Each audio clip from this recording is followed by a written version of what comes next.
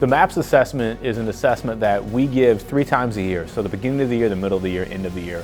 And as opposed to a test like the STAR test, which tests the kids just at the end of the year and tells us how well they learned that grade level specific content, what the MAPS assessment does is actually allows us to measure student growth. So we give the students the test at the beginning of the year and they say, this student right now is performing at this specific place.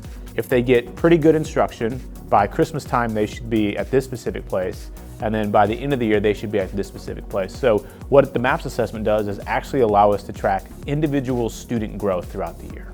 Unlike the mandated STAR test, the MAPS test is an individual progress measure for each student. So that takes away some of the anxiety associated with testing. It also takes away a lot of the time contingencies associated with testing, and it provides us on the spot, real-time data about that student and their progress.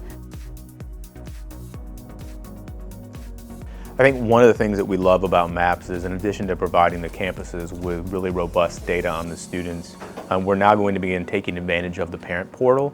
So when report cards come home in mid-January, we're going to now send home parent reports, and that just gives parents a snapshot of how their kid's progressing halfway through the school year, areas of strength and areas of opportunity. And so that's something that we'll send out as well when the final report cards come out. So make sure you look for that. And if you don't receive that, make sure you reach out to your campus's principal.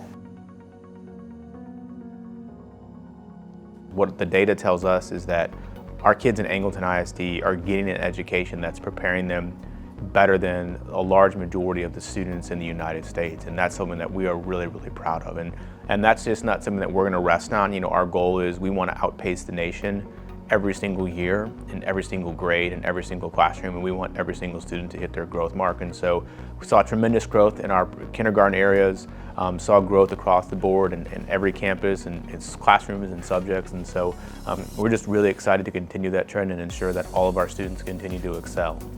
So I think holistically as a district and utilizing MAPS from a big picture perspective, we have been able to shift our focus to student growth. And so I think that that's been a benefit to us as a district. I think it will be a benefit to us as we move forward. No matter what the trends and expectations the state sets, if we're continuing to ensure that a student is growing and progressing from where they're at to the end of the year, we can ensure that that student is progressing in the curriculum and we're growing them annually towards them being future ready.